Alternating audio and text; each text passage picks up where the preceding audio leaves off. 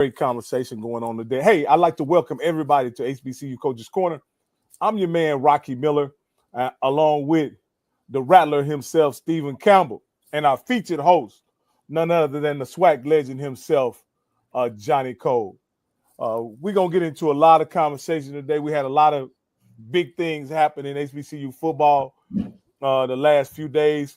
Primarily, the big news was Jackson State winning the Celebration Bowl and everything. But before we get into all that and all this going on, Coach, how you doing, Coach Cole? Man, I'm doing well, Coach. I'm doing well, man. SWAC, because I am SWAC, won the championship, and I'm excited. I'm excited about that. And, some things happen in sports today, and, it looks like that, we got a lot to talk about today. Oh, yeah, we definitely got a lot to talk about. Steve, how are you doing? Man, listen, football season is over.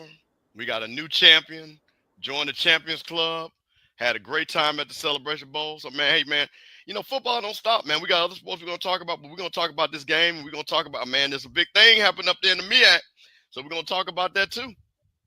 Yeah, Steve, you had an opportunity to go to the Celebration Bowl along with Coach Cole, and what I wanted to kind of, what was your feel on the game? I mean, not just the game, but the whole atmosphere and the camaraderie amongst the fans. Well, man, I'm going to tell you this. I'm going to say this again. I like the difference about real people compared to a lot of the Twitter trolls online. I mean, it was beautiful, man. It's HBCU homecoming, man. You see people from different schools representing people very nice, man. I said that in section 129, my Jack State folk, man, we had a ball. And, man, listen, the game kind of played out like we said. If one team did what they said they were going to do, they were going to win. And Jackson State came out, dominated, started running the ball, controlling the ball. And then, I said that. I said, Jack State, get up. They're not going to lose. And that's exactly what they did. And they got control of that game early and often. And it just looks like South Carolina State was out of sorts. So, again, this is the flip side. Previous years we heard that, the layoff benefited the MEAC. Now this year we heard it didn't benefit the MEAC. So the bottom line, I don't put too much credence either way. I think that Jack State was the bigger, faster, and better team, and it showed. Yeah. And Coach Cole, you thought Jackson State was a dominant team early on, and it proved to be true that even in the championship game, they dominated South Carolina State. Yeah. A lot of people will argue that point. But when you hold a team to around 150 yards total offense and double them up, that's a pretty dominant performance, in my opinion. With that being the situation, South Carolina State had virtually no chance to win that game. Based on the fact that their offense was rendered ineffective, and Jackson State was able to impose their will on their defense, having a 19-play drive and I think a 14-play drive. So, again, Coach, but with all that being said, we do have a special guest, and I'll turn it over to Mr. Campbell. Well, let me say this before we bring our special guest in.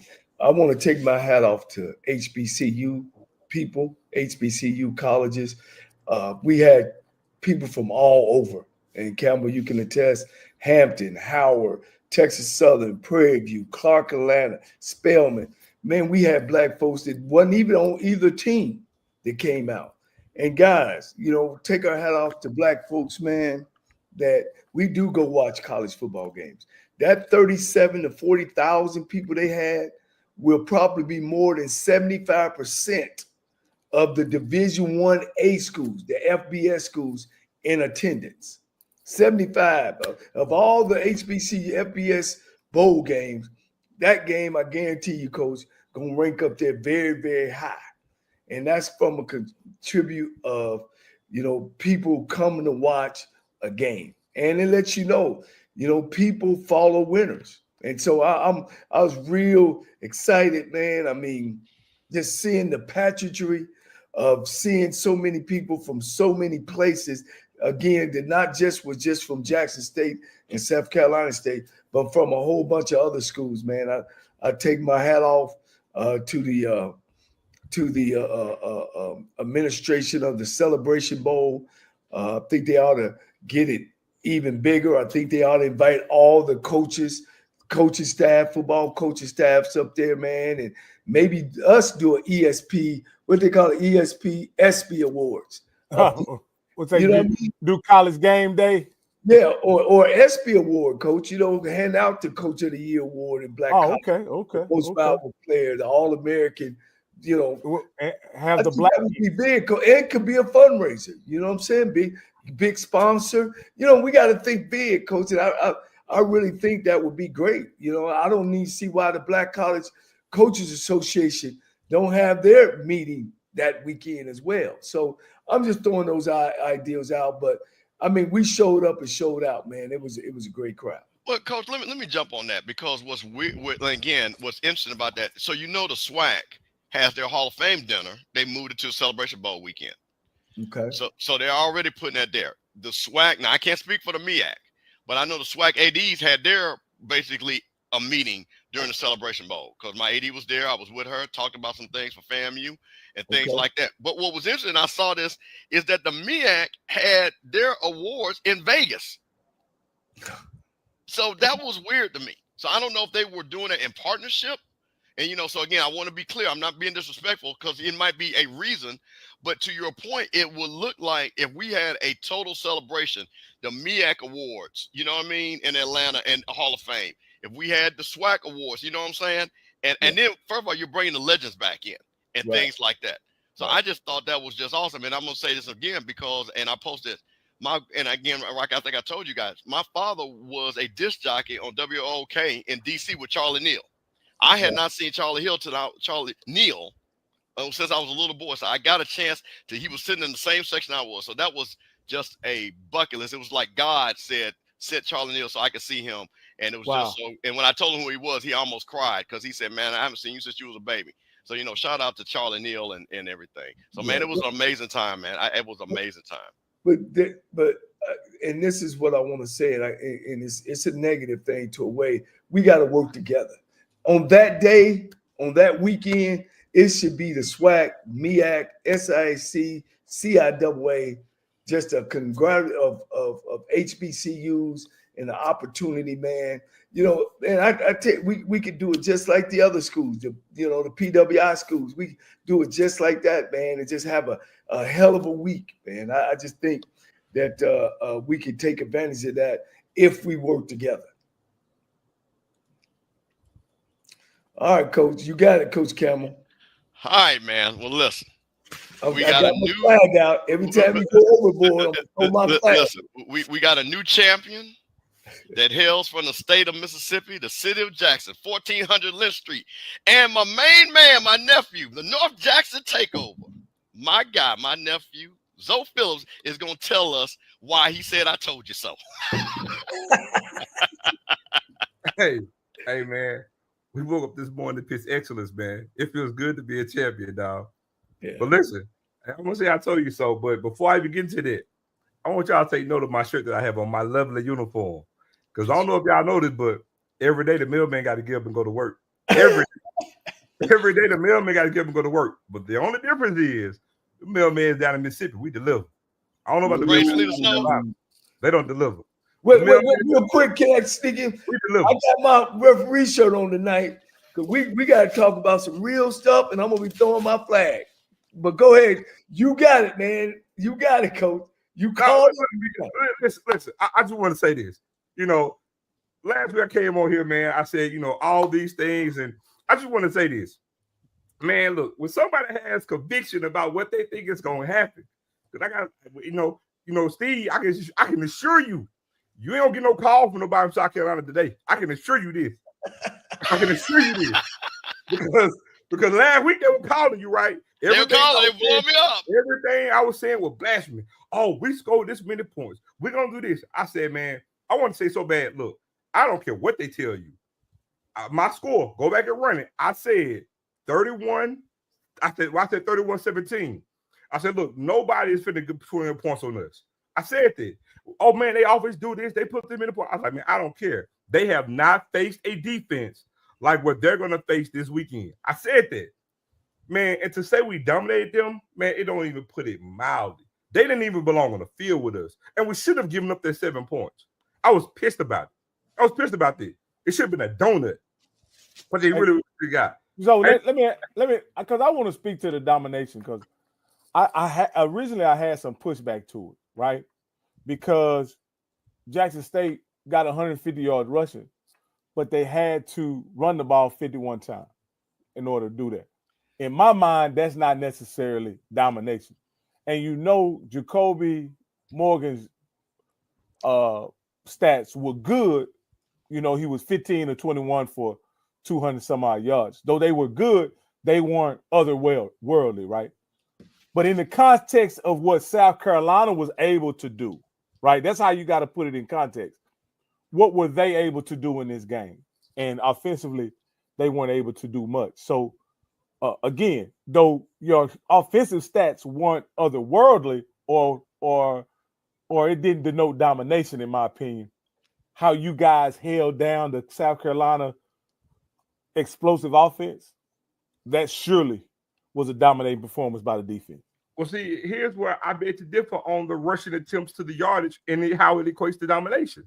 Because we dominated in every statistical category. So let me tell you how the yardage matter, right? Because, see, everybody want to focus on Irv Mulligan and go off. Irv Mulligan is just one key in the running back room. The running back, we still ran for that many yardage. The game plan was to run for that many attempts. Because guess what it does? You know what that – so people look at the attempts to the yardage and see what the average is, and that equates to domination. But you left out a very missing important part to that. You know what it is? TOP. Because you dominated time possession. Time of possession. So it ain't just attempts and yards and average. See, when you're rushing the ball for 51 times, that equates to time of possession. That's domination. And watch this. To prove my point even more home, to bring it home even more, when you talk about the main thing over everything that showed its hand in this game was the second drive in the second quarter. We had the ball for 19 plays, just under 10 minutes. Guess what the time of possession was in this game? The difference was 19 minutes. 19 minutes. So you go to that second drive of the first quarter, we had the ball for just under 10 minutes on that drive, get a touchdown, they get the ball back, they run about 6 plays, punt it back to us, and then we go on a 14-play drive, just under 7 minutes. That's why it's domination. Yeah.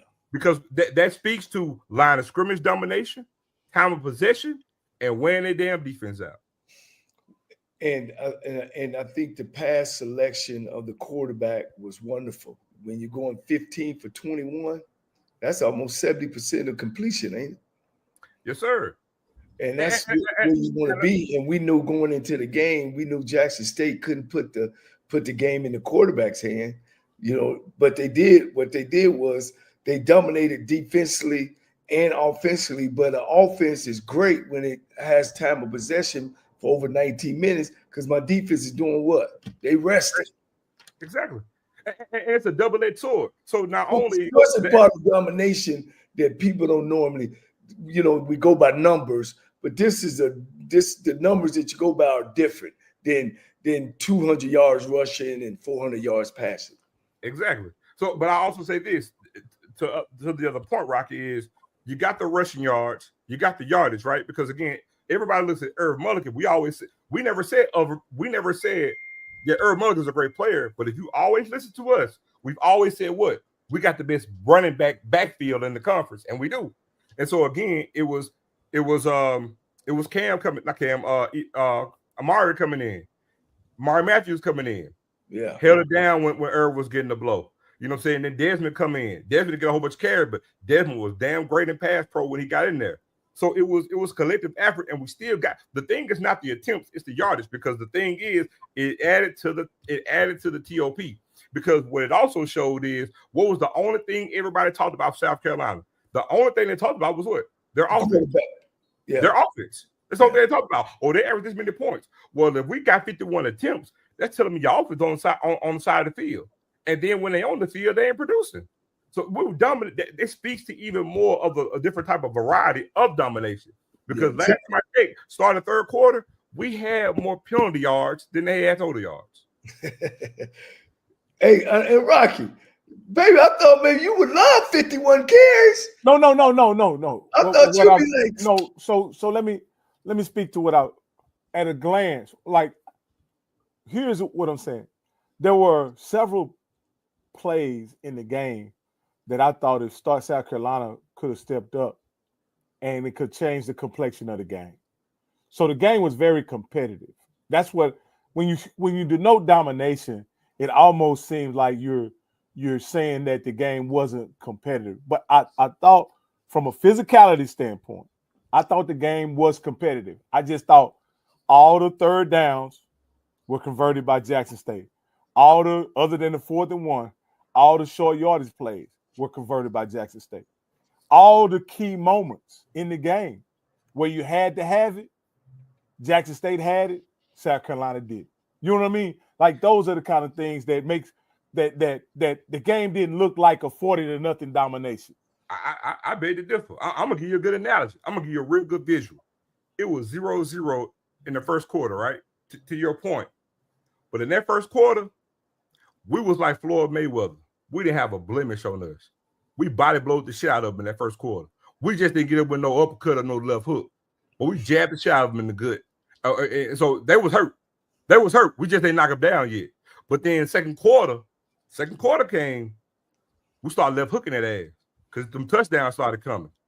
But when Swag T.O. got that last touchdown, it was a Smoking Joe level. It was a knockout blow at that point in time. So it was like a heavyweight fight. We jabbed the shit out of them in that first quarter.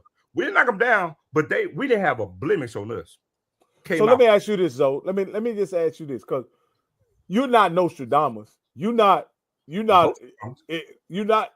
What surprised you about the game? Something had to surprise you about the game.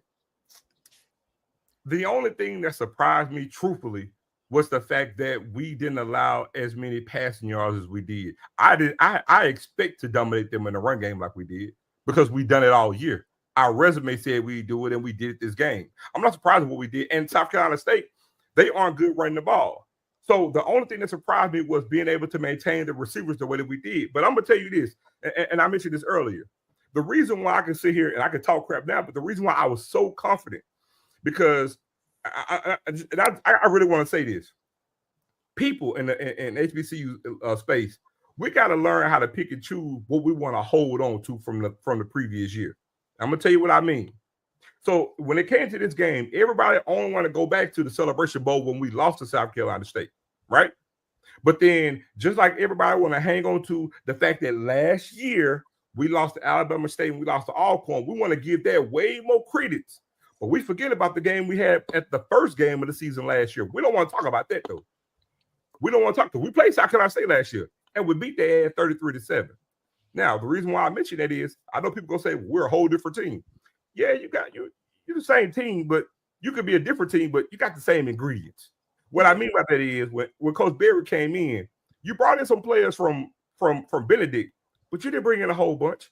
Go look at both lines. Go look at the roster. Go look at both lines. Those same guys were there last season. Go ask them what we did to the O-line and D-line last year. We dominated them. Yeah. So what makes this game gonna be any different? And we're even more better, I think, at the D tackle position this year than we were last year.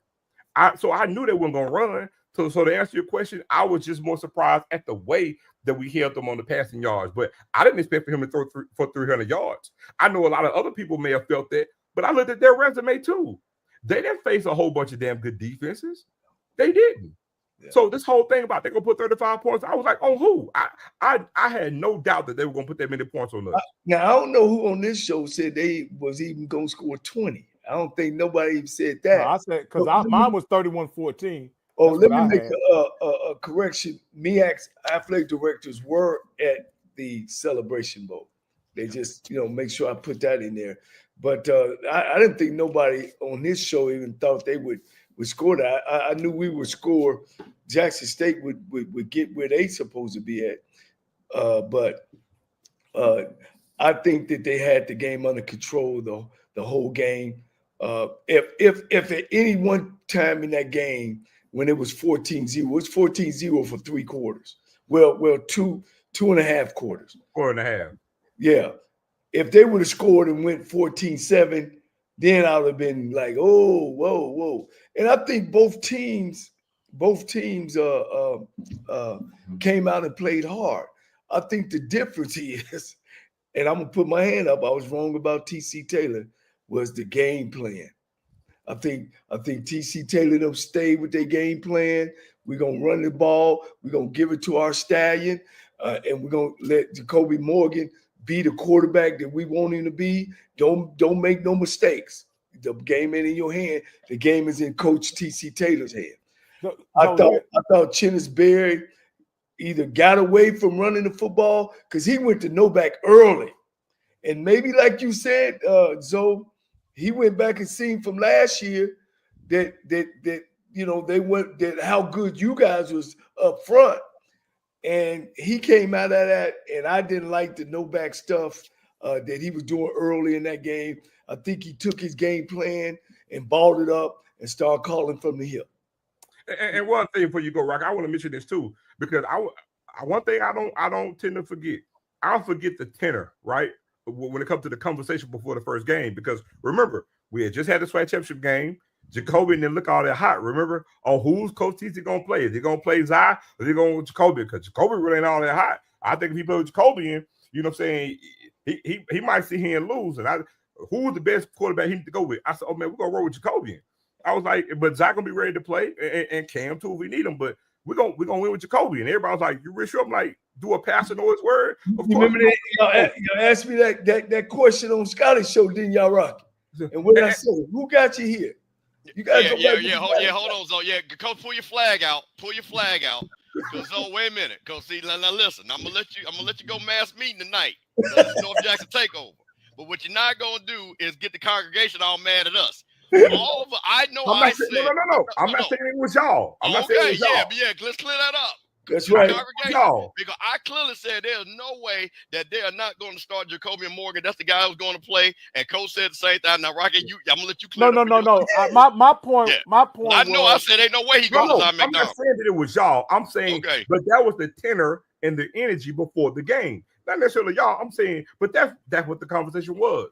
That was the conversation going before the game. But and here's the thing, and I'll be quiet so you can go, Rocky. But go back and watch that game Saturday. Jacoby looked like what we call him, the general. 100%. He led that team, played flawlessly. I watched the game twice. I came back and watched it. Yeah, I watched it last night. It was on ESPN last night too. I did too. So let me. It was late last night too. But let me say this though. To that point. Now, what I said was Jackson State got 3 quarterbacks they can win with. That's what I said. Because I didn't think it really. Jackson State formula for winning didn't involve the quarterback playing otherworldly. You understand what I'm saying? And I think Jacoby Morgan.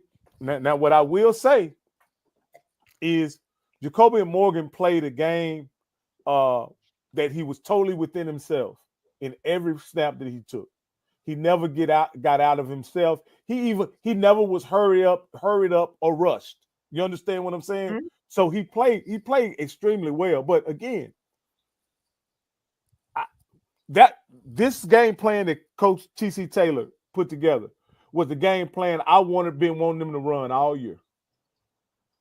But for whatever reason, he in earlier games, even in the SWAC championship, he experimented with the passing game a little more than I would have liked him to.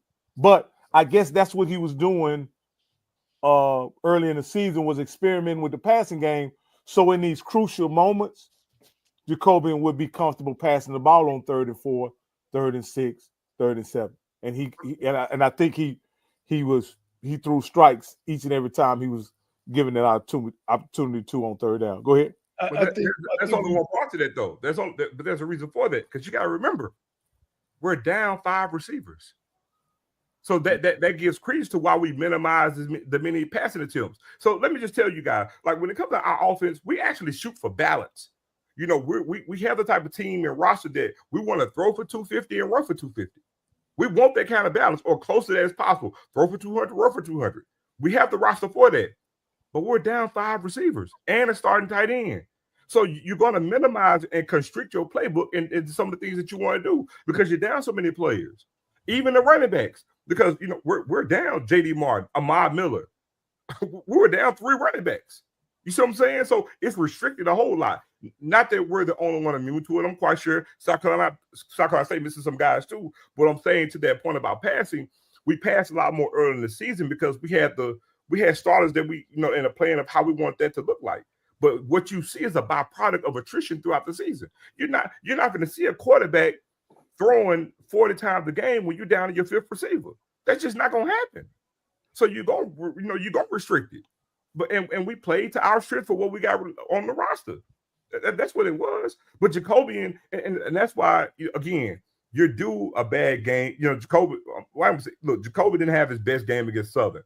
But again, that speaks to the talent and recruiting. You put Zion, we go and we do our thing. And it's like, because he didn't play great, that means we're going to forecast and say that he's not going to play great the next game. Let me stop you right there, young fella. Look, you guys put Jacoby in a bad situation that Southern game. You came out, you start throwing it more than that because you came back talking now and you said, y'all got a balanced attack. You had me there. But when you say the kid had a bad game, I didn't think he had a bad game. I thought y'all was making him do too much. Like put the game on him because y'all struggled a little bit running the ball at first. But then, that wasn't his thing. You know what I'm saying? Like you say, he's a general. And I think you guys were putting him, making him throw the ball. I think Rocky spoke about that a lot last week. So I just thought maybe y'all put him in a bad situation. And I say this, though, and you can go back and look at the play chart. They restricted him to passing the ball on 3rd down this game, whereas in the Southern game, they were attempting to pass on 1st and 2nd down. Well, you know what I mean? The thing, too, is that, but see, Southern is a different defense as opposed to South Carolina State. They saw on film of how they want to exploit that. But here's the thing. Now, I'm in the minority up here because I still think we win the game even if we don't pull Jacoby in last week. But that's just me. Oh, because yeah. I think so, too. No, you ain't in the minority. I think you win. Ain't nobody thought Southern was going to beat y'all. Not even close. Hold on. I said I might be in minority. I can't speak for y'all. Let's keep that straight, Coach. We don't do alternative facts on this. Well, listen, I know. So, listen, hold on. Let me say something. Now, so I know you're doing your media on every show. Like I say, you the superstar on every show. But when you come over here, we don't do alternate facts. It's the old folks show over here, bro. This ain't the young folks show. You can't run that game on the old folks over here, bro. We got receipts over here. I ain't young. I get that good insurance mail too now. Okay. No, you younger than us. I'll tell you that. Now, hold on. You younger than us. So you ain't got no ARP. We got ARP cards over here. That's what I just said. I got that good insurance mail. Hey, unless they were gonna bring back a quarterback from the past from Southern, they wasn't beating y'all, and they would have had to bring out one of them LSU transfers they got back in the day. They would have had to get one of them guys if they had a chance to win. But they had pig feet, ducktails, leprechauns, massage, sand, dust, smoke. None of that was gonna help. And so at the end of the day, y'all ran for 300 and some yards that game. Ain't no way they were going. Jacobian, again, we said it. I think Coach said it exactly right. Y'all had him in a situation earlier game where he was doing way more than he was supposed to do. And I think the defensive line matchup against y'all offensive line in that situation was not as advantageous as y'all running the ball. And sometimes because that quick pressure was bothering Jacobian. That's what I thought. Sometimes that when you do play a team, and I know you guys walked in confident, Coach, that y'all were gonna beat Southern University. They weren't even averaging 19 points a game, Coach. Mm-hmm. And you know what I'm saying? And y'all knew, you had to know, and maybe that might have happened too. Sometimes you come in overconfident, let me work on some stuff, and that kind of thing. And maybe that might have made the play calling a little different. You guys was on damn point last Saturday at 12 p.m. Oh, for sure. Because again, like and TC spoke on it. You know what I'm saying? We got tired of hearing about them. You know what I'm saying? Because it was like no matter where you went to, it was like people want to, especially South Carolina State fan. And I'm like, look, I'm there's an old saying. Steve may have heard it. He from Jacktown. There's an old saying we say, I might be from Mississippi, but today I'm gonna be from Missouri. You got to show me. You got to show me. And so at the end of the day, they were going to have to show me all the talk that they were talking. I don't believe it. I believe it. They want to prove it to me. Then you beat me. I'm gonna come to the middle field, shake your hand, say you got me. Coach, let me ask you this here, because this is what is keep ringing in my head, Coach. I want to ask you this, and so you guys can answer this. Was this a South Carolina State team that had a bad day, or was the MEAC just bad this year? Let me go, Zoe. See, they had a bad day. Yeah. See, but let's be honest. If you watch this game, and again, especially, and Coach, you know this, when you're sitting in a stadium, the TV doesn't give you a good perception of how much bigger people are. And when you sit down and look, and so because I'm gonna get to a point, and I looked at Jack State's offensive line, and I saw them little DNs for South Carolina State. I said, boy, this is about to be a long mofo day.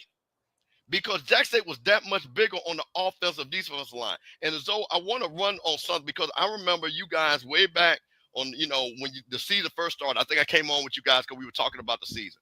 And you talked to me about, hey, Steve, we recruited all these offensive linemen.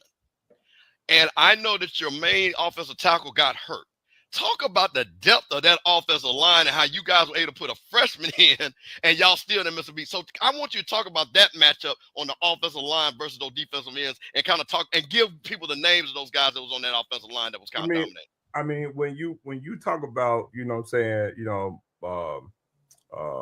Barton Mason, out of Memphis, and all of these, and every last one of these guys, every last freshman on lineman, they're all 3-star and they're all out of high school. Every last one of them.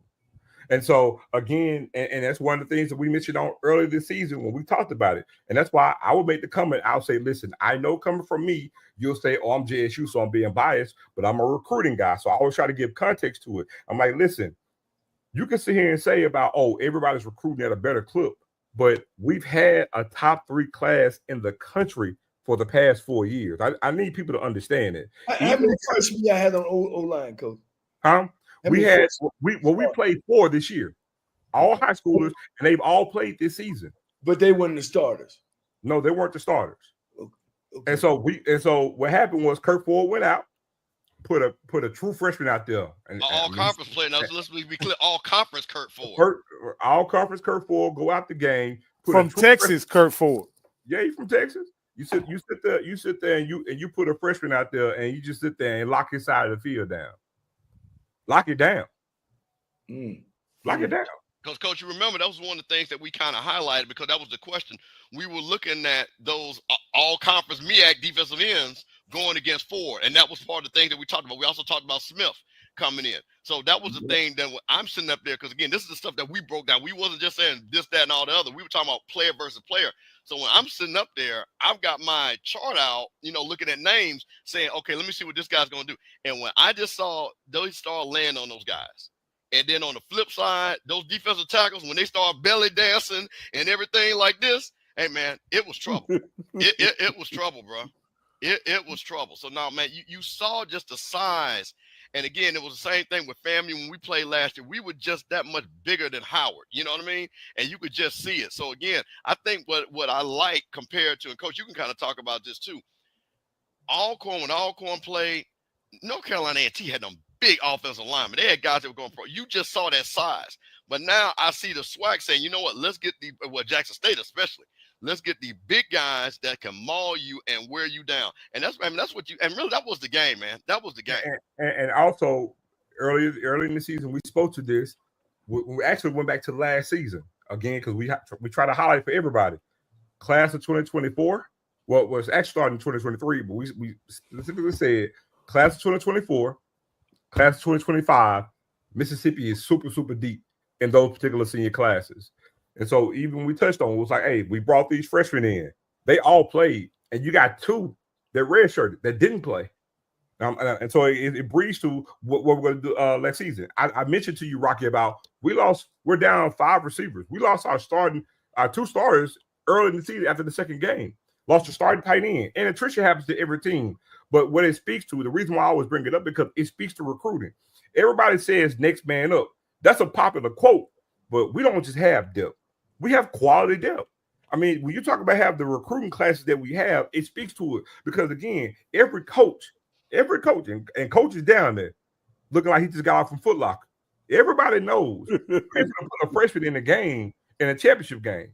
Well, Zoe, just not going to do that. Let's be honest. If you have freshmen that have been, you got to understand, Zoe, this is really a championship game is really their sophomore year if they're freshmen. Because they've played enough games. Normal season was 10, 11 games. What y'all play, 14 games? 12. Regular season. No, I'm talking about in previous years, it was 11. Normal regular season is 11 games. 11 games. And you guys played 14? Mm-hmm. So these freshmen had some experience, got a lot of experience during the season. And so when you go out for a championship game, they're freshmen in class, but in experience, you know, they have experience as a young sophomore. And for sure. And again, let me ask you this here, because I want to, this is a prime question, so get ready.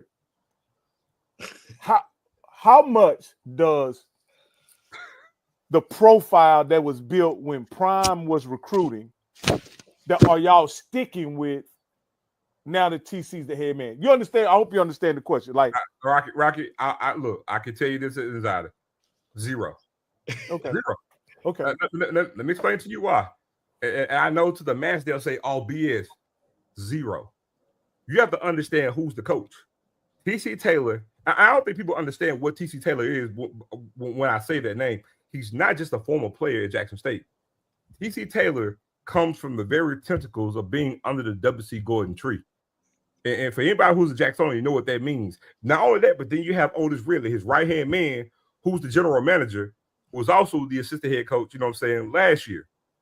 They're a tandem. They are a tandem. And so when it comes, I just told you how deep the recruiting class are. You got a lot of former Jackson State players out in the high school ranks in the state of Mississippi right now. Go look at what we just did last week on the recruiting trail. It got Jackson State written all over. I don't think you understand my question.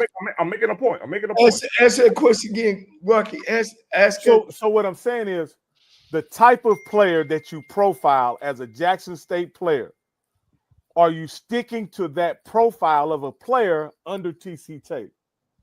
No. That's what I'm saying. It's a whole different dynamic under TC Taylor from what it was under Coach Prime. So y'all are looking for a different player. Yes. Okay. Totally. Got it.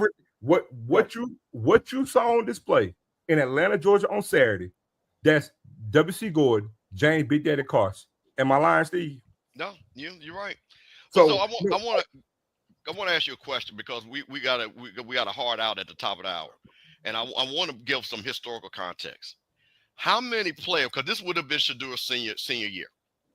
How many of those players are still that are freshmen? Because you understand those guys that are freshmen are 3-time SWAC champions that are seniors.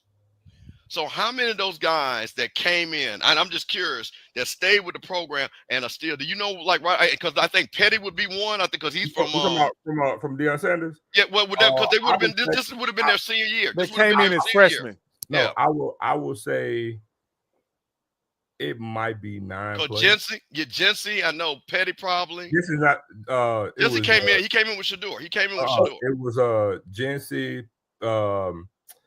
Jency, Petty. Let me entwine. What it was about 9 players. Is are y'all looking for the damn Heisman Trophy winner? You know what I mean? Are y'all recruiting those? Y'all recruit top players in the country. You know what I mean? That's pretty much. I thought, is that what you? Yeah. We getting those 3 stars, but we going after them 5 too. But here's the difference. We're not really going after those out of the state of Mississippi. That's what I'm trying to highlight to you. We're not. I know you may say, well, that's what Rocky, I think, is saying. And you guys are saying we're focused on the state of Mississippi. Yes, I'm saying we aren't recruiting that high. We aren't really going after that much of a high profile kid out of state. The only way we really, really do is if we have some form of an inroad out of state. But outside of that, whatever it is in the state of Mississippi, we don't give a damn what ranking this guy. We're going after that. And again, that has no bearing with Deion Sanders. They're going a whole total different frame because of the relationship they have and the tie-ins that they have throughout the state of Mississippi. Wait. That's good. Because that's why let me finish my point. Because I was trying to lead it. You almost led into it about the recruiting.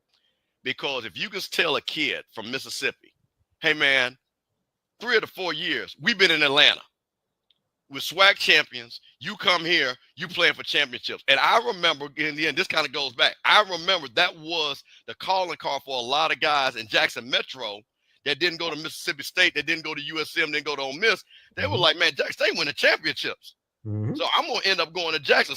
And man, they used to kill down there in South Mississippi. So that's the reason why I was asking, is that the thing that now you guys are using in the recruiting that again, to your point about what Coach Carson, what W, you say, hey man, listen, you come here, we winning championships. You ain't got to go to Ole Miss. You ain't got to go to Mississippi State. We're playing big games, and you can see online. That's what I was trying to get to. But this is what I want to say, Steven, to Zoe, and this is kind of, just because they from Mississippi don't make them work the quarter. You understand? There was a standard, the kind of guys that y'all rolled out against Deion, when y'all had Deion, they were guys that could generally play anywhere, not just at the HBCU FCS level.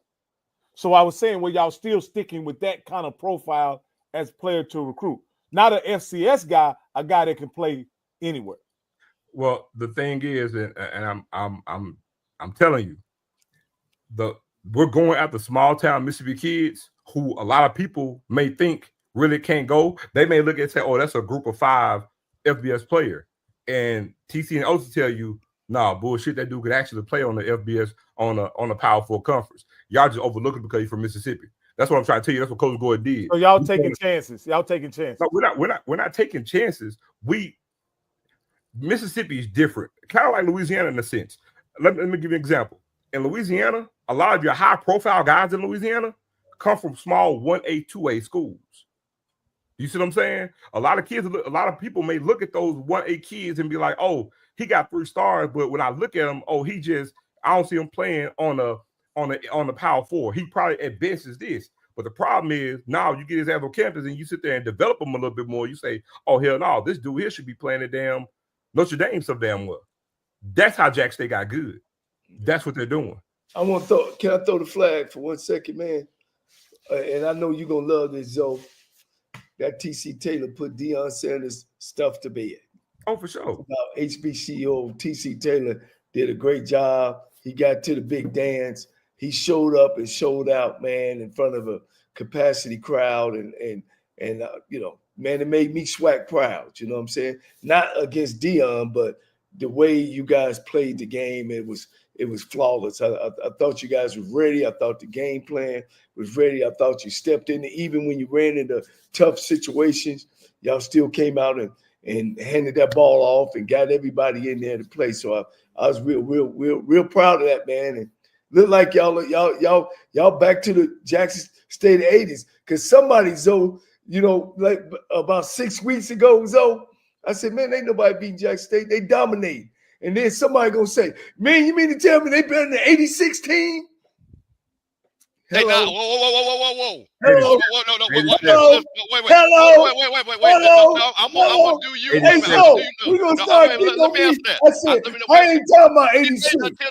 They are dominating now. They got 10 draft picks, number 2 picks, number 1 picks. Now, ain't no look, these boys, listen, bro, that's a whole other level on there. You got to understand something. Them boys had 29 draft picks in 4 years. And Steve, he still had the year on 87 that year. No, I'm talking about what he said. It's the 87. It's the 86 team, 87 draft. Yeah, that's what I'm saying. Come on, man. And 87, man, come on, man. No, Joe's right. But no, I'm talking about him. But Joe, I'm talking about that whole frame. Yeah. No. So no, sir. And this even go back to the prime when people talking about prime was doing. No, damn prime. TC Taylor. No. You not. Listen, bro. Listen, no, you just. Man, right now. Actually, have pro. Listen, no. Listen, no. You got the people in context. The point was, and it really started because I know what I said. What I said was because it really started from what they said Deion was doing. And what I said, and I still stand on this, and this goes for FAMU anybody. It's Between 85 to 90, Jackson State damn near had 40 guys drafted in the NFL. That is unheard of. That's never going to happen again. It's true. What? Rounders, second rounders, stop it. It's true. T.C. Taylor, just let him sit in there, give him a chance, give him a shot. But they dominated. This is a new era. They dominated the conference, coach. They dominated black college football. So let me ask you this: could this team compete with Alcorn, Grambling 2016, Alcorn 17 and 18? They beat Alcorn easy. They'll be Alcorn easy. Alcorn control the ball. That Grambling team had Kincaid and them boys, and they had NFL guys. Now that would be a war.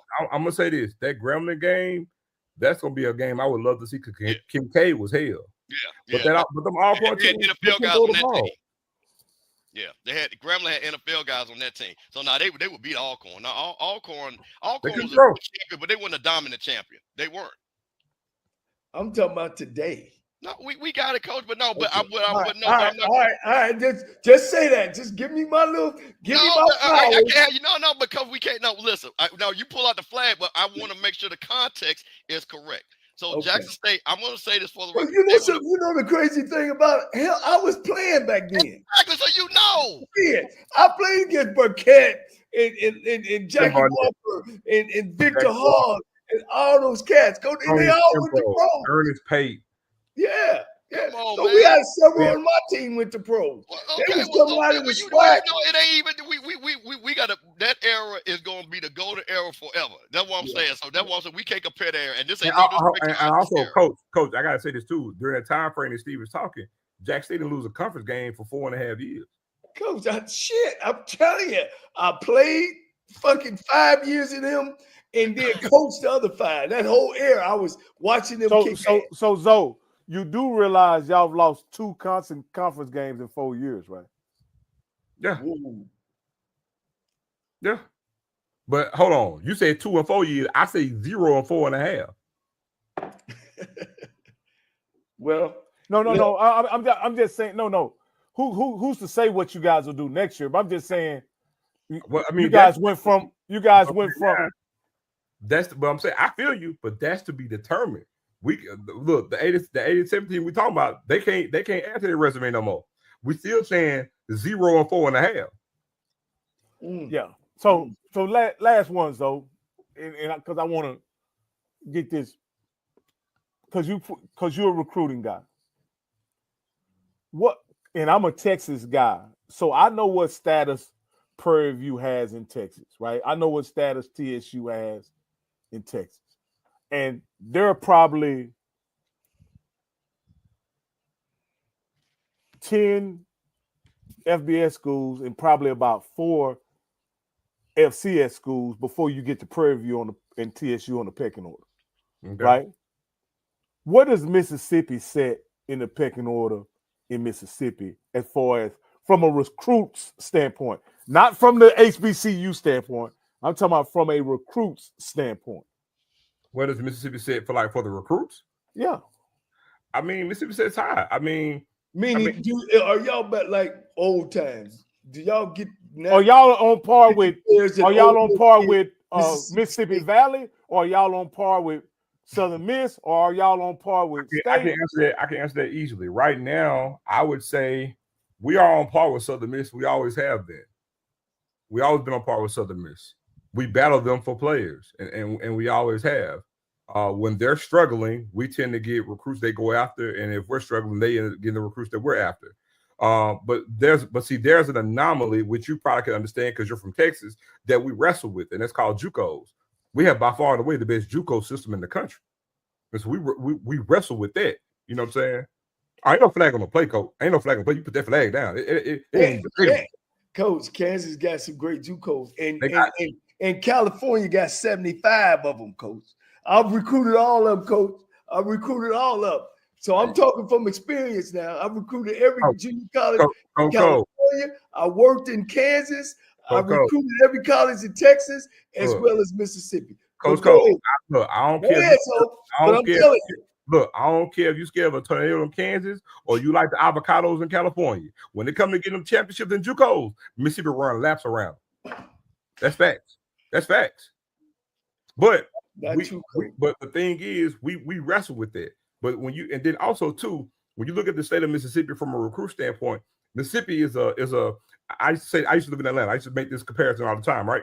Mississippi, land-wise, is just a smidgen smaller than Georgia, right? But then the city of Atlanta has more people than the whole entire state of Mississippi. Then you add to that, we got way too many schools. Way too many schools. Mississippi shouldn't have the amount of schools that it has. Because when I make this comment that I'm about to make, and Steve knows it to be true, when it comes to football in the state of Mississippi, Jackson State is the preeminent program in the state of Mississippi. When it comes to tradition, history, and lore of football in the state of Mississippi, it's Jackson State than it's everybody else. I know people may say, "Oh yeah," but I say, go look at the stats. Mississippi State hasn't never won a championship, never won an SEC championship. Ole Miss has won like 3 back in the 50s. They got 1 national championship. So the Miss has had some success on their end in their conferences, and so has Delta State. It's Jackson State and everybody else. Now, Mississippi State don't get the players, you know what I'm saying, that they get because they're SEC and they're charter members. We understand our place in the lexicon of that. But lo and behold, when it comes to football history and prestige and everything else, Jackson State is an anomaly. And I'm not being biased or blue and white fan when I say that. That's just fact. So again, where Jackson State sits when we talk about recruiting, that's why I spoke to you about TC and Otis. Those relationships and those inroads, and Mississippi is ruled by nature. Jackson, even though it's the capital, it's a small town. Jackson's the size of Marietta. It's a small town. Jackson State can go anywhere in the state and get some damn good players. Always have. I agree with you, but on the recruiting chart, Mississippi is way down there, Coach. I get you. And I'm going to I get you. But you ain't going to see a whole bunch of Mississippi State on some national championship teams. You're not going to see a whole bunch of players on these national. Now, I give New Orleans, Louisiana, a small city because, they've been making some inroads. Not saying, this is never saying that they're not no players. I ain't saying that. But when you talk about the blue bread recruiting areas, Mississippi is never mentioned. I tell you what, Coach. Never mentioned. I tell you what. Because you just talking about HBCU. I'm talking about national stage. I tell you what. And Steve gonna film on this. You take the best of any state that you want. Any state you want. Take the best. Y'all have Jerry Rice and Walter Payton. Nobody. Oh, that ain't all we got. That ain't all we got. You take the best of any state that you want and put them up against mine, and I go to war with them. In what position, though? Hold on. I don't want to get too far in the weeds on this, but I'm going to give you some. No, hold on, because that's too deep in the weeds on that. What you about to do, right? What I will tell you this, and what Zoe is getting to, per capita, and you can go look it up. Per capita, Mississippi has produced the most NFL players over the course of the years per capita. So I thought Louisiana was that. No, I'm trying to tell you. Right now. That's right now. That's what I'm saying. Right overall, that's what I'm saying. So that's what I'm saying to Zoe's point, but also and I want to get to what Coach was getting to. The thing that Mississippi has had an advantage in Jack State. When you're Rocky, you're in Texas. Listen to what you just said. Prairie View, Texas are down there, right? When you got Florida, FAMU all the way down here. It's only Mississippi State and Ole Miss, and people in Mississippi don't even root for them. So that's the difference. When you in Texas, Rocky, you got your friends. They're Texas fans, Texas A&M fans, this fan, all that. Man, I went to Florida. I had so many people that were Florida Gator fans and doing all this, and Miami fans. And let me say this real quick, so I get on this one tangent. Don't tell me who to root for when you Negroes are saying Roll Tide, root for Ohio State, root for Michigan. So I can root for Jack State, I can root for Grambling, I can root for FAMU. So don't tell me who I can root for when y'all out here root for these white folks. So I just want to put that out there. So rocking to that point, what Zoe is saying, that's why Jack State has always been interesting, because to his point is that they were able to go in there because of the racism, the history of not being great teams. See, you don't have that. So that's kind of what he's talking about. So like I remember years ago, probably not that long ago, that I'm trying to think of who it was, but I want to say it was either LSU or Alabama, and they had like 5 guys on the defensive line, all of them from Mississippi.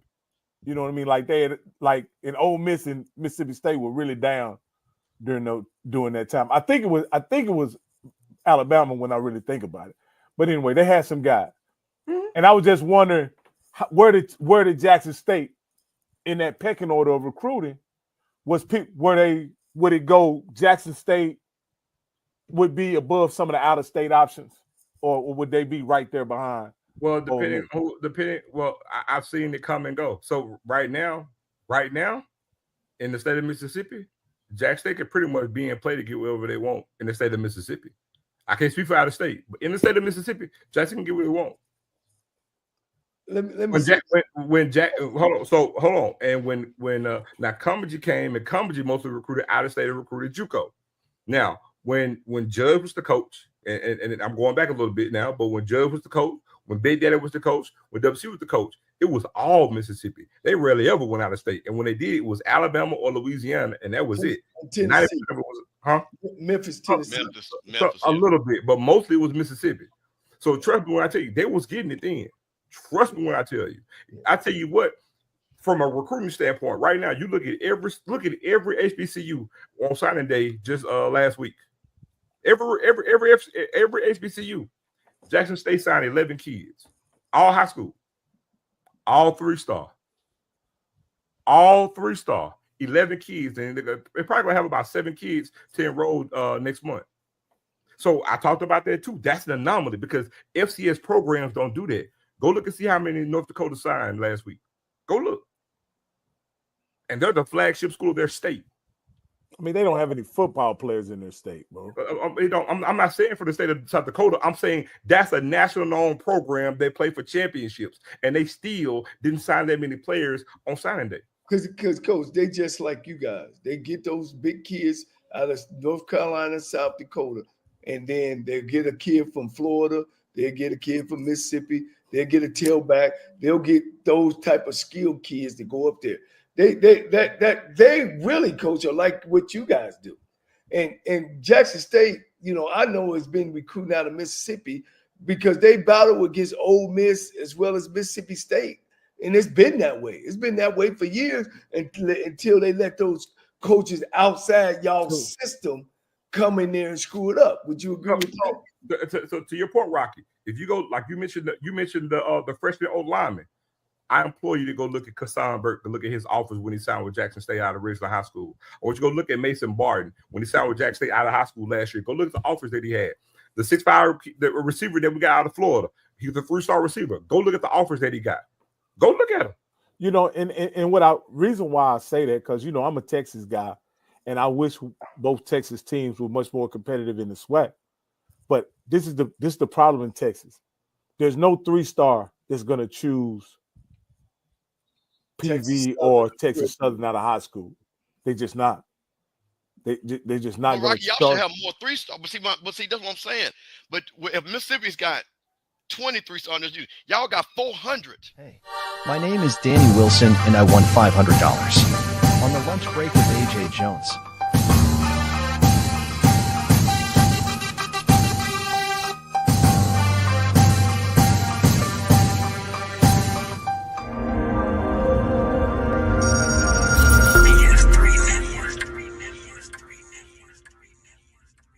BS3 Network, changing the way you watch TV.